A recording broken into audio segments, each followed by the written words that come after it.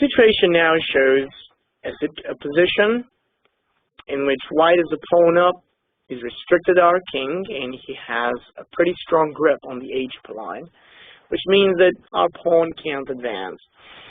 Now, of course, the question that you may be asking yourself is, how could it get any worse? Well, we've actually seen worse situations in the previous examples, and this position isn't really worse than those. Yet, the question is, what can black do? If it doesn't do anything, white will most likely get to advance his pawn, and or maybe just even get his rook to cause some checkmating threat.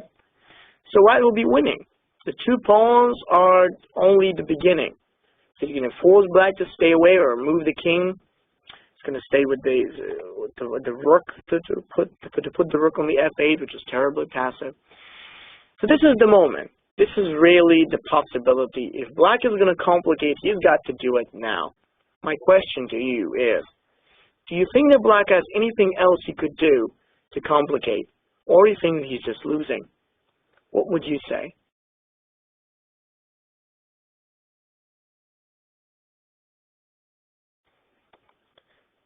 The correct solution to this problem is certainly rook f5.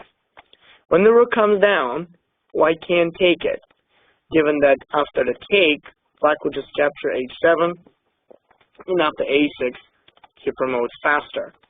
So we see that black will win the game. In that direction also, after rook f5, white can't do anything else but push the pawn. And now we see the flexibility. The rook's being able to hold the both pawns together with the idea that if white pushes, rook a6 and the rook of white falls. It's quite amazing that such tactics exist just because white put the rook too close to the king. And of course, the far advanced pawn on the h3 allows a rescue chance at rook takes g5. Does black win? No, he doesn't.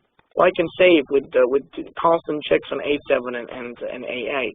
However, black saves the loss of a very difficult position because he was able to find the motive that ultimately all he needs to do is to utilize white's own weakness.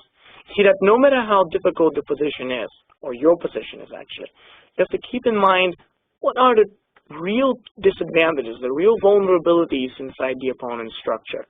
No matter how strong a given position is, there is always some negative.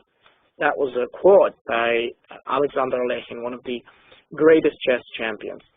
Alekhine also recommended that we have to look into the opponent's weaknesses and find out what are these small and yet pretty significant disadvantages.